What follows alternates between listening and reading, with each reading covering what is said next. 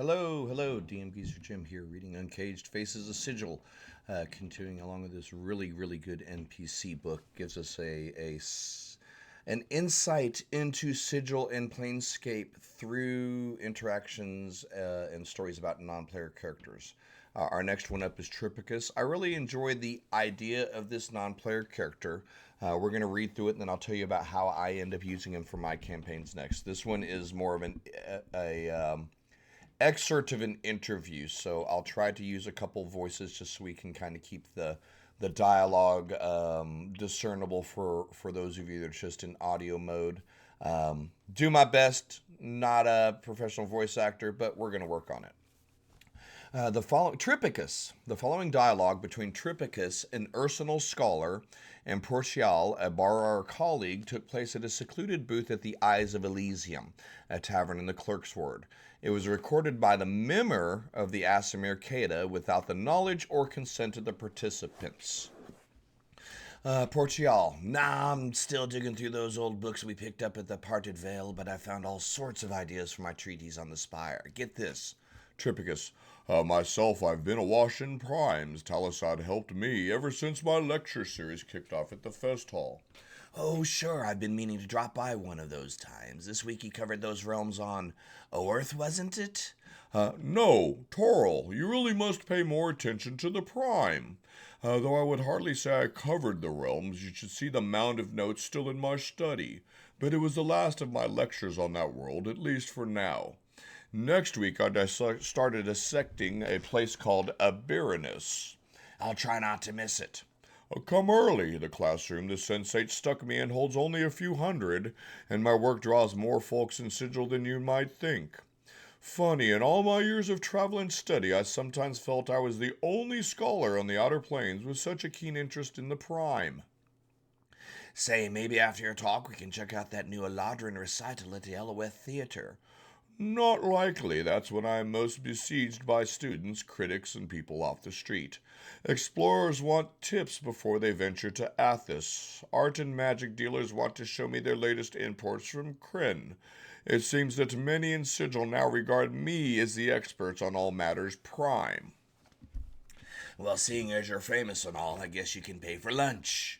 I'll hardly call it fame. I enjoy sharing the secrets of my past few decades of work.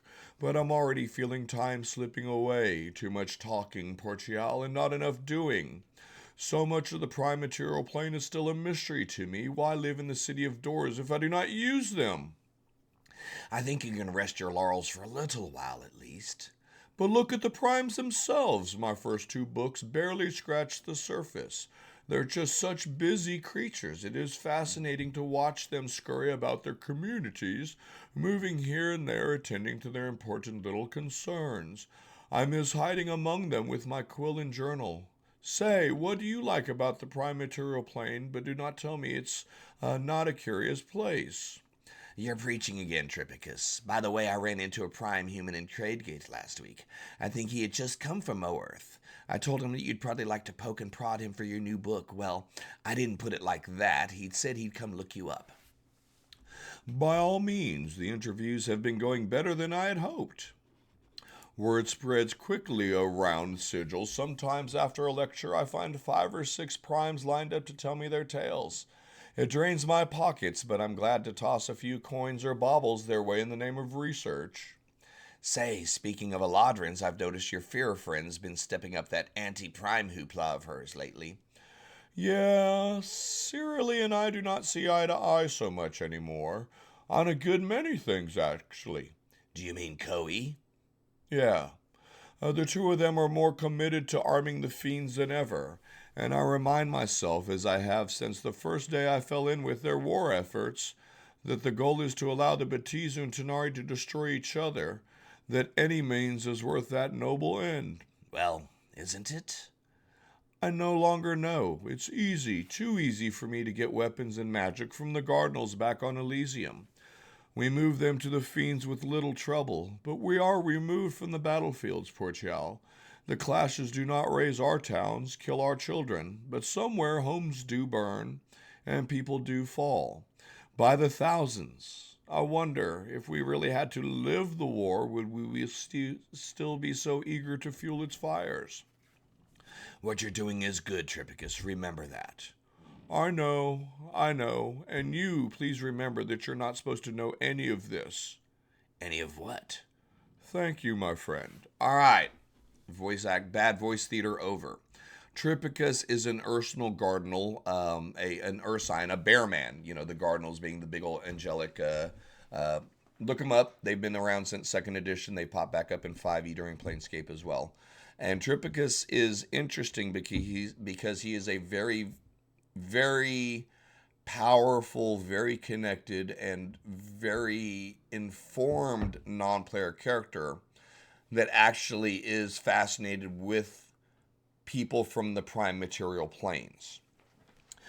Tripicus can be a very an extremely soft landing for your players when you first come into a sigil or planescape, because it can be overwhelming. So you can actually use a meeting with Tripicus to kind of ease them into what is life like here, where do you go, where do you not go, and you can do it through a way that they're telling Tripicus stories about their homes. Where are you from? Oh, indeed. I've heard much of the city of Hardby in the past. It's like a suburb of the city of Greyhawk, is it not? Now the people in Hardby are like, rah, rah, rah, rah. Oh, yeah, that reminds me of the current squabble between a few of the factions. My apologies. So leaning into Tripicus and using him as a font of knowledge that responds to the players' descriptions of their home with comparisons of the city is a wonderful way to teach them about the ins and the outs of life in the city of Sigil, and to kind of give them the codes, the street knowledge, as it were, without beating them over the heads and the shoulders with the rule of law, or making them, get this huge roster of information that they'll never dig through. Letting them tell Tripicus stories about where they're from, and having him make comparisons. Oh, it's kind of like that over in this part of town. Or, oh, well, if that's the case, you don't ever want to go to this part of the Outer Plains, because it's a really good way to. He's an outstanding way to interact with your players from their point of view and teach them about the plains while making it feel like they're telling stories. And then you get to throw him a few coins because Tripicus, he's a scholar. This is what he does for a living and for research. Now, on top of that, there are some connections here with a couple of the NPCs we read about earlier. Cirilli, who had a similar story where she was in an interview with Kada, talking about the anti-Prime League. If you're not from the Outer Plains, don't come here type thing. And then Koei and Cirilli and a couple other people are working to funnel weapons, celestial weapons, into the Blood War to help the fiends kill each other faster. So there are a couple overarching meta plots, as you will, that Tripicus is connected to. And if you want to use them in those, that's fine. But I think, we really kind of summed it up really well. He's an interesting character, kind of can be disarming. You can use your best Winnie the Pooh bear, your best Smokey, only you can prevent forest fires. Or if you're more into open season, go with Boog the bear. It doesn't matter. A friendly talking bear is going to be endearing to your party. They're going to be at ease. They're going to be interacting with them in a much lower stress role play situation, and they will absorb information about life and Sigil a lot easier when it feels like they're trading information instead of just being told. So don't sell a meeting with Tripicus short if you're ever using Sigil in your campaigns. He may not seem like the most interesting guy from a hack and slash save the multiverse point of view, but he is a very undervalued resource that can be used to really bring your people into the city in a relaxed sort of way. But yeah, that's Tripicus. That's our big bear boy. And the next couple are going to be a little bit thicker, but we are getting near the end of the series, so yay for that. Hopefully you've enjoyed this reading. Hopefully you found the information useful.